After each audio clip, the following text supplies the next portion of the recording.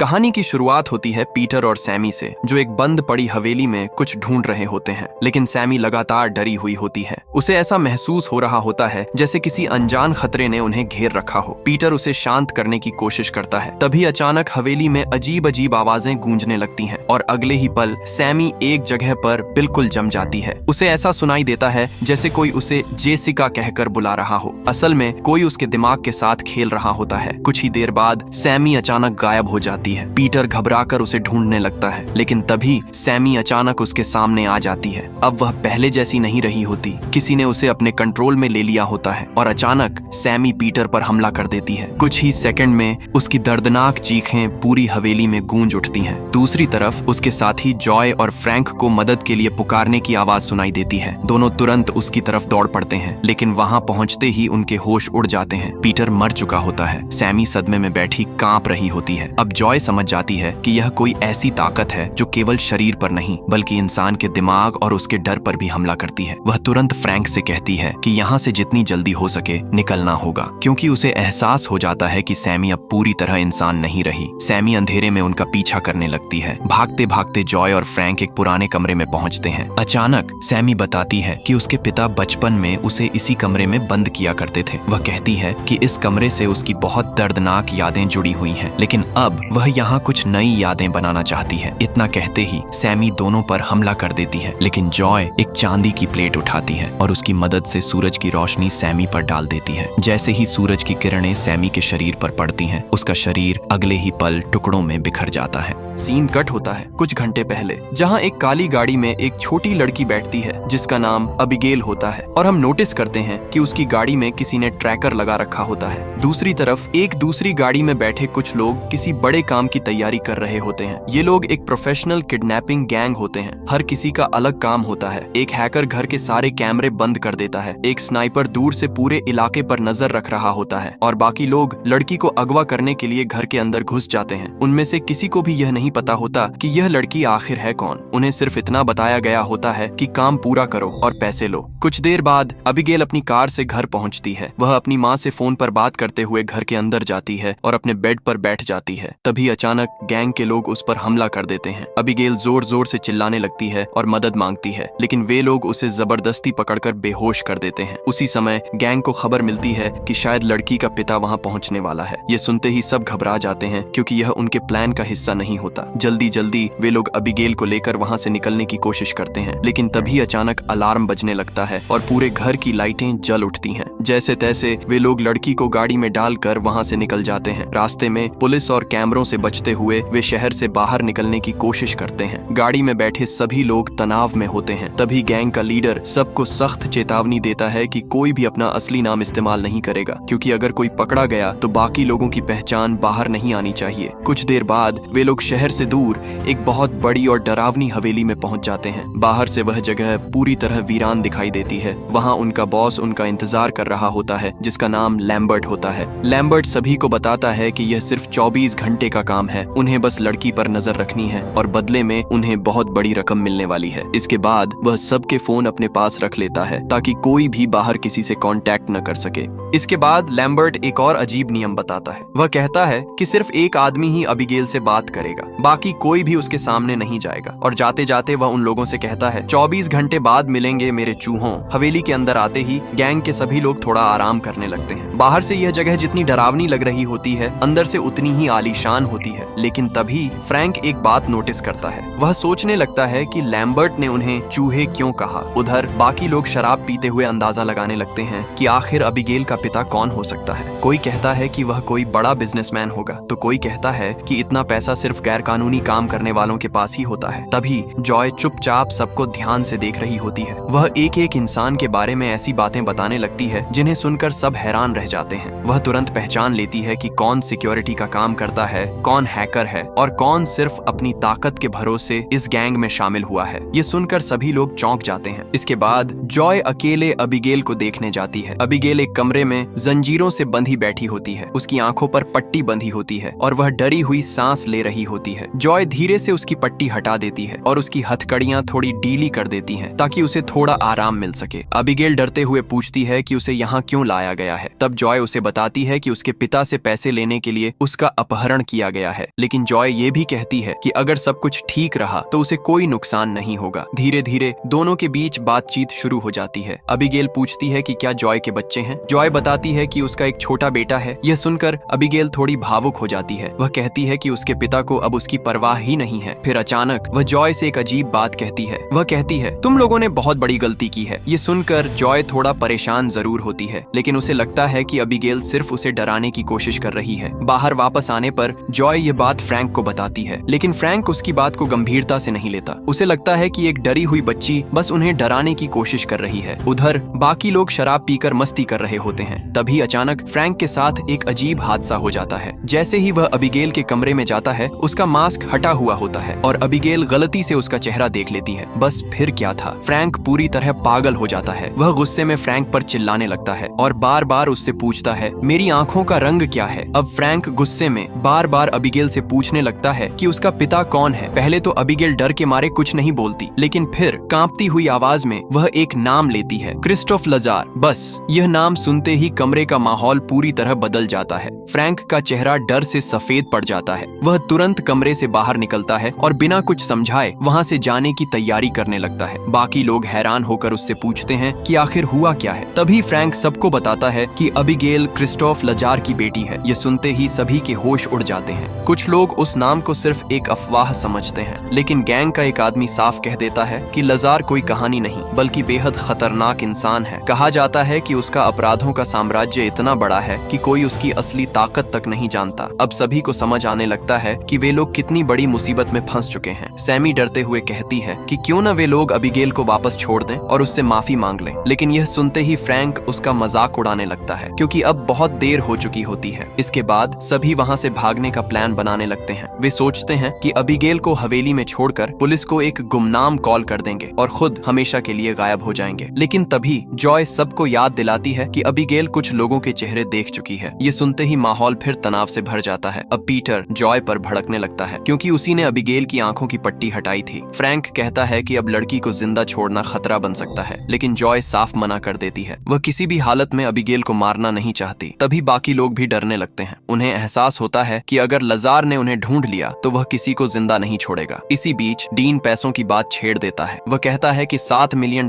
इतनी बड़ी रकम है कि उसके लिए यह जोखिम लिया जा सकता है। इसके बाद जॉय भी बाकी लोगों को समझाती है कि अगर वे किसी तरह 24 घंटे निकाल लें तो पैसे लेकर हमेशा के लिए गायब हो सकते हैं। कुछ देर सोचने के बाद सभी मजबूरी में वहीं रुकने का फैसला कर लेते हैं। अब गैंग पूरी हवेली में पहरा लगाना शुरू कर देता है। कोई बाहर नजर रखता है तो कोई अंदर के रास्तों की जांच करने लगता है। सभी को लगता है कि खतरा बाहर से आने वाला है, लेकिन असली खतरा तो पहले से ही उसी हवेली के अंदर मौजूद होता है। इसी बीच जॉय और डॉन आपस में बात करते हैं। दोनों तय करते हैं कि वे बाकी लोगों पर भरोसा नहीं करेंगे और सिर्फ एक दूसरे का साथ देंगे। उधर दूसरी तरफ डीन माहौल हल्का करने की कोशिश करता है। वह मजाक मजाक में सैमी के कमरे में घुस जाता है और उसे डराने लगता है, लेकिन सैमी पहले से ही डरी हुई होती है। वह गुस्से में डीन को कमरे से बाहर निकाल देता है। इसी दौरान डीन अकेले नीचे बेसमेंट की तरफ चला जाता है। उसे वहां अंधेरे में कुछ हलचल महसूस होती है। पहले उसे लगता है कि शायद चूहे होंगे, लेकिन तभी अचानक कोई चीज उसके पैर पर हमला कर देती है। डीन दर्द से चीखने लगता है। वह मदद के लिए चिल्लाता है, लेकिन अंधेरे में उसे साफ कुछ दिखाई नहीं देता और फिर कुछ ही सेकंड बाद उसकी चीखें अचानक बंद हो जाती हैं। तभी सैमी डरते हुए नीचे पहुंचती है। पहले तो उसे लगता है कि डीन फिर से कोई मजाक कर रहा होगा, लेकिन वहां पहुंचते ही उसकी हालत खराब हो जाती है। उसके सामने डीन की लाश पड़ी होती है। उसका शरीर बुरी तरह फटा हुआ होता है और उसका सिर धड़ से अलग पड़ा होता है। यह देखकर सैमी बुरी तरह घबरा जाती है। कुछ ही देर में पूरा गैंग बेसमेंट में पहुंच जाता है। सभी डीन की लाश देखकर सन्न रह जाते हैं। पहली नजर में ऐसा लगता है जैसे किसी जंगली जानवर ने उसे नोच कर मार डाला हो, लेकिन हवेली के अंदर ऐसा कौन कर सकता है, यह सोचकर सबके चेहरों पर डर साफ दिखाई देने लगता है। तभी डॉन एक पुरानी कहानी सुनाता है। वह बताता है कि लजार के पास एक बेहद खतरनाक हत्यारा है जिसका नाम वॉल्डेज है। कहा जाता है कि वह इंसान नहीं बल्कि जानवर की तरह लोगों को मारता है। रिकल्स बताता है कि एक बार FBI ने लजार के आदमियों को पकड़ लिया था, लेकिन ट्रायल से ठीक एक रात पहले वे सभी लोग होटल के कमरे में टुकड़ों में कटे हुए मिले थे। कमरे के बाहर एजेंट्स खड़े थे। खिड़की 23वीं मंजिल पर थी। फिर भी कोई नहीं समझ पाया कि कातिल अंदर आया कैसे। ये कहानी सुनते ही हवेली का माहौल और भी डरावना हो जाता है। अब पहली बार गैंग के सभी लोगों को महसूस होने लगता है कि शायद उनका सामना किसी इंसान से नहीं बल्कि किसी और चीज से होने वाला है। डॉन कहता कहता है कि उन्हें तुरंत अबिगेल को चेक करना चाहिए, क्योंकि अगर सच में वॉल्डेज हवेली के अंदर है तो अबिगेल भी खतरे में हो सकती है। लेकिन तभी फ्रैंक एक और शक जाहिर करता है। वो कहता है कि अगर कोई बाहर वाला यहाँ तक पहुंचा है तो जरूर लैम्बर्ट ने उन्हें धोखा दिया होगा। हालांकि बाकी लोगों को इस बात पर भरोसा नहीं होता, क्योंकि लैम्बर्ट हमेशा बहुत सावधानी से काम करता था। फिर अचानक जॉय एक और डरावनी बात कहती है। वो कहती है, अगर वॉल्डेज सच में यहाँ है तो हो सकता है वो हम में से ही कोई हो। ये सुनते ही सभी लोग एक दूसरे को शक की नजर से देखने लगते हैं। डॉन अब वहाँ एक सेकंड भी रुकना नहीं चाहता। वो साफ कह देता है कि वो हवेली छोड़कर जा रहा है, लेकिन जैसे ही वो बाहर निकलने की कोशिश करता है, अचानक पूरी हवेली लॉकडाउन मोड में चली जाती है। दरवाजे अपने आप बंद हो जाते हैं, खिड़कियों पर भारी शटर गिर जाते हैं और बाहर जाने का हर रास्ता सील हो जाता है। अब सभी समझ जाते हैं कि वो लोग इस हवेली में फंस चुके हैं। घबराहट में पीटर दरवाजा तोड़ने की कोशिश करता है, लेकिन वो हिल तक नहीं पाता। अब पहली बार सबको एहसास होता है कि ये पूरा मिशन पहले से प्लान किया हुआ जाल था। इसी बीच जॉय दोबारा अबिगेल के कमरे में जाती है। वो उससे पूछती है कि क्या उसके कमरे में कोई और भी आया था। पहले तो अबिगेल डरते हुए मना कर देती है, लेकिन फिर वो बताती है कि चश्मा पहनने वाला आदमी उसके पास आया था। अबिगेल कहती है कि उस आदमी ने खुद को उसके पिता का आदमी बताया था और उसका नाम था वॉल्डेज। ये सुनते ही जॉय के पैरों तले जमीन खिसक जाती है, क्योंकि चश्मा पहनने वाला इंसान फ्रैंक होता है। तभी डॉन कमरे से जॉय को बाहर बुलाता है। डॉन जॉय को बताता है कि उसकी राइफल किसी ने चुरा ली। जॉय उसे बताती है कि फ्रैंक ही वॉल्डेज है। यह बात उसे अबिगेल ने बताई है। डॉन को भी शक होने लगता है। अब दोनों मिलकर फ्रैंक को पकड़ने का प्लान बनाते हैं, लेकिन जैसे ही जॉय वहां से जाने लगती है, उसे एक अजीब सी आवाज सुनाई देती है। जैसे ही जॉय पीछे मुड़कर देखती है, डॉन बिल्कुल सीधा खड़ा होता है। जॉय उसके पास जाकर देखती है। उसकी हालत देखकर जॉय के होश उड़ जाते हैं। डॉन का शरीर बुरी तरह फटा हुआ होता है, उसका गला चीर दिया गया होता है और वह आखिरी सांसें ले रहा होता है। अब जॉय को पूरा यकीन हो जाता है कि कोई बेहद खतरनाक चीज हवेली में घूम रही है। कुछ देर बाद उसे फ्रैंक, पीटर और सैमी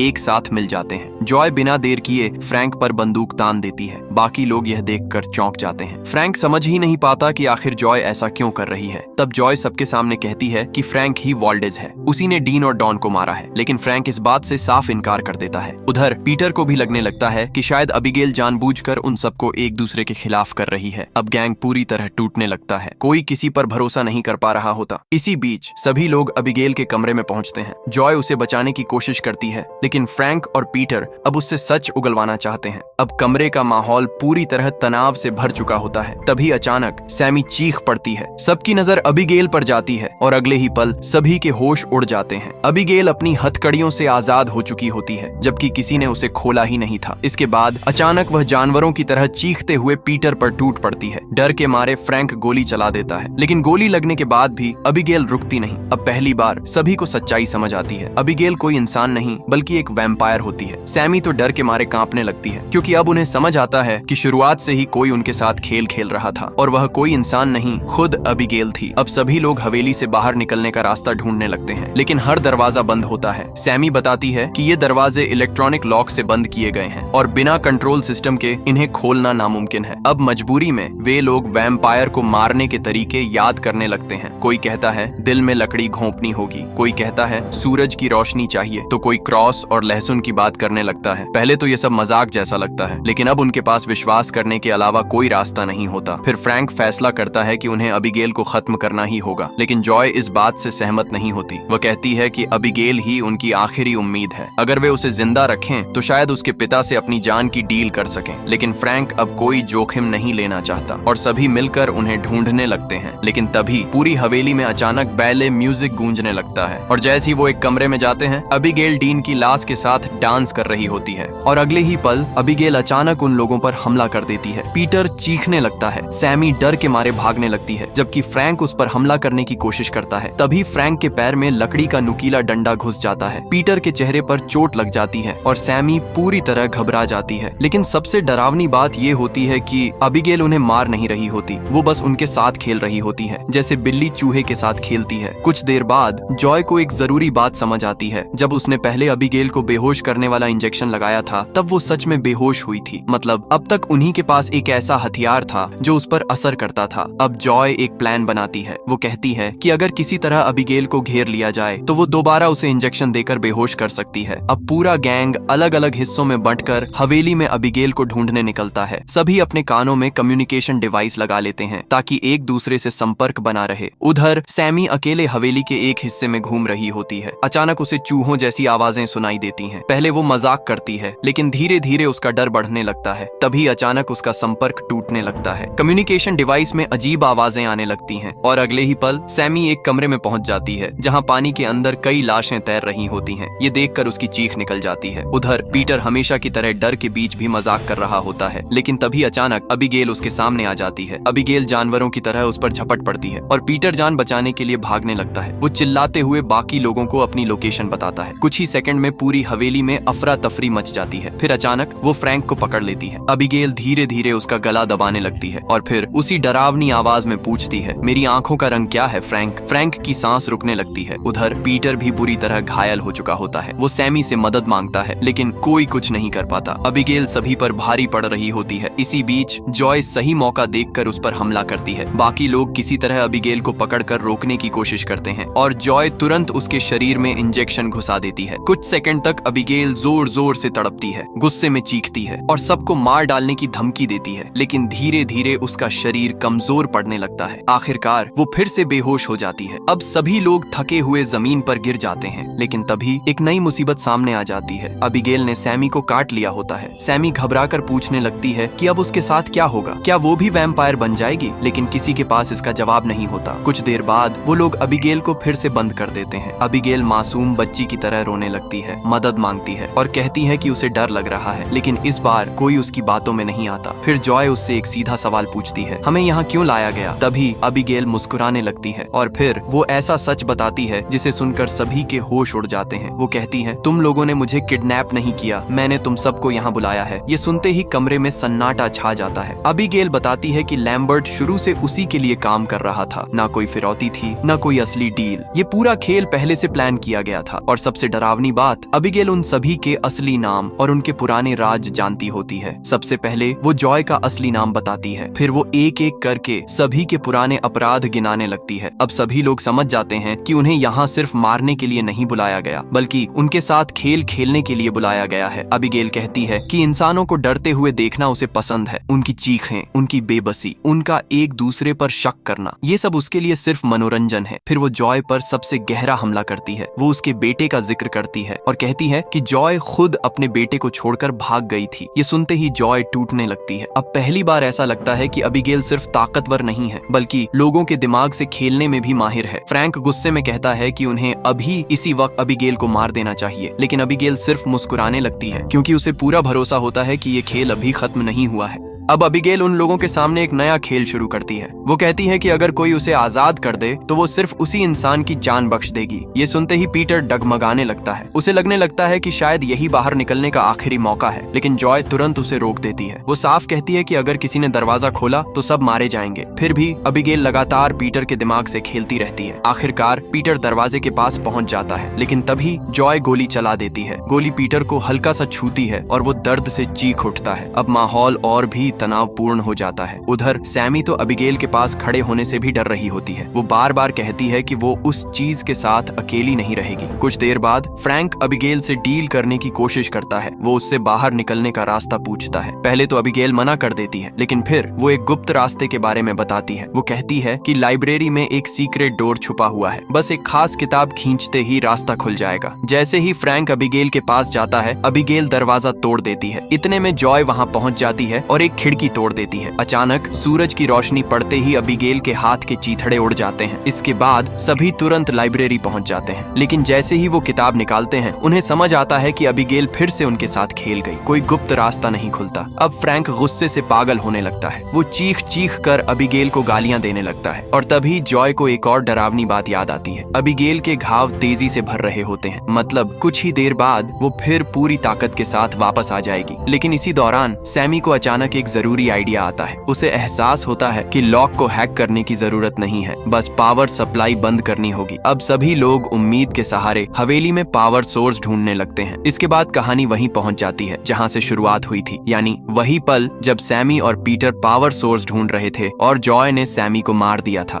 अब फ्रैंक और जॉय मिलकर पावर सोर्स ढूंढने निकलते हैं। तभी अचानक एक कमरे में लैम्बर्ट उनके सामने आ जाता है, लेकिन इस बार लैम्बर्ट पहले जैसा इंसान नहीं दिख रहा होता। उसकी आंखें बदल चुकी होती हैं और उसकी आवाज पहले से कहीं ज्यादा डरावनी लग रही होती है। फिर वो फ्रैंक और जॉय को पूरी सच्चाई बताता है। लैम्बर्ट कहता है कि 2 साल पहले अबीगेल ने उसे वैम्पायर बना दिया था क्योंकि उसने न्यूयॉर्क में उसके पिता के खिलाफ काम किया था। अब अपनी फैमिली को बचाने के लिए वो मजबूरी में अबीगेल के लिए काम कर रहा था। उसका काम था लोगों को इस हवेली तक लाना ताकि अबीगेल उनके साथ अपना खूनी खेल खेल सके। लेकिन अब लैम्बर्ट इस जिंदगी से तंग आ चुका होता है। वो कहता है कि अगर फ्रैंक उसकी मदद करे तो वो दोनों मिलकर अबीगेल और उसके पिता को मार सकते हैं। तभी जॉय इस बात का विरोध करती है, लेकिन लैम्बर्ट उसे बेहोश कर देता है। पहले तो फ्रैंक साफ मना कर देता है। उसे लगता है कि वो भी सैमी की तरह किसी का गुलाम बन जाएगा, लेकिन लैम्बर्ट उसे समझाता है कि अगर वो उसकी तरह बना तो उसके पास पूरी आजादी होगी। और तभी लैम्बर्ट एक और डरावनी बात बताता है। वो कहता है कि अबीगेल का पिता यहाँ आने वाला है। ये सुनते ही फ्रैंक समझ जाता है कि अब उसके पास समय बहुत कम है। कुछ देर सोचने के बाद आखिरकार वो फैसला कर लेता है। फ्रैंक अपना हथियार नीचे कर देता है और लैम्बर्ट से कहता है, मुझे काटो। अगले ही पल लैम्बर्ट उसके ऊपर टूट पड़ता है। कुछ सेकंड तक फ्रैंक दर्द से तड़पता रहता है, लेकिन फिर धीरे धीरे उसका शरीर बदलने लगता है। उसकी आंखें बदल जाती हैं, चेहरे पर नसें उभरने लगती हैं और उसकी ताकत कई गुना बढ़ जाती है। अब फ्रैंक भी वैम्पायर बन चुका होता है। इतने में जॉय को होश आ जाता है। वो फ्रैंक को देखकर हैरान रह जाती है। तभी लैम्बर्ट जॉय की तरफ देखकर फ्रैंक से कहता है, तुम्हारा पहला शिकार। लेकिन तभी फ्रैंक लैम्बर्ट को ही मार डालता है क्योंकि उसे एहसास हो जाता है कि लैम्बर्ट ने शुरुआत से उसे इस्तेमाल किया था। अब फ्रैंक पहले से कहीं ज्यादा खतरनाक बन चुका होता है। तभी अचानक अबीगेल उसके सामने आ जाती है और सीधा फ्रैंक पर टूट पड़ती है, लेकिन फ्रैंक पलक झपकते ही अबीगेल को काट लेता है